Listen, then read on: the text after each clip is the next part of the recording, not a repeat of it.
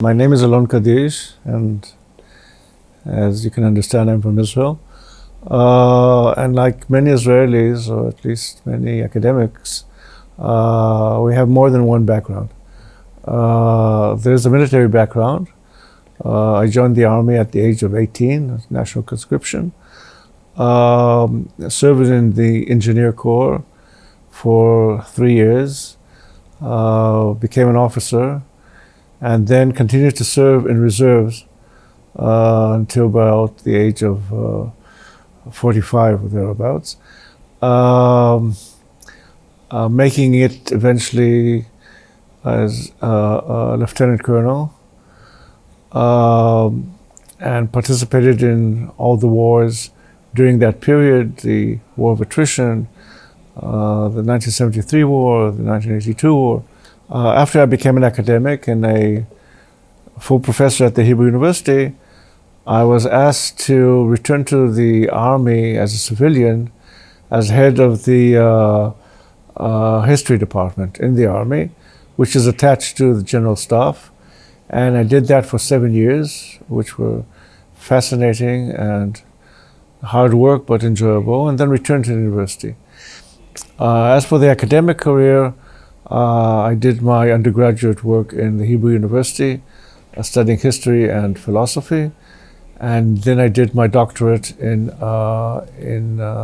England at Oxford, a DPhil, on something completely unrelated, which is history of economic thought, and returned to teach at the history department in Jerusalem, and became gradually sidetracked into military history for various irrelevant reasons. For instance, family pressure to do some work on pre-48 history, and that became my main field of expertise, mainly the 1948 war, developments before, consequences after, and that I did until retirement.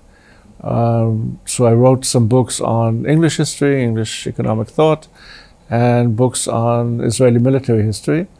Recently published in English a book on the British Army in Palestine in 1948, and I'm now working on another work on the convoys to Jerusalem during 1948. So being a military historian is a full-time occupation.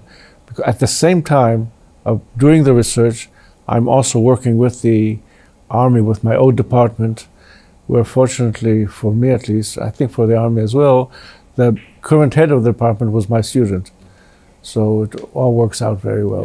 Yeah. This is a subject which I've studied over the years from various angles and also taught it.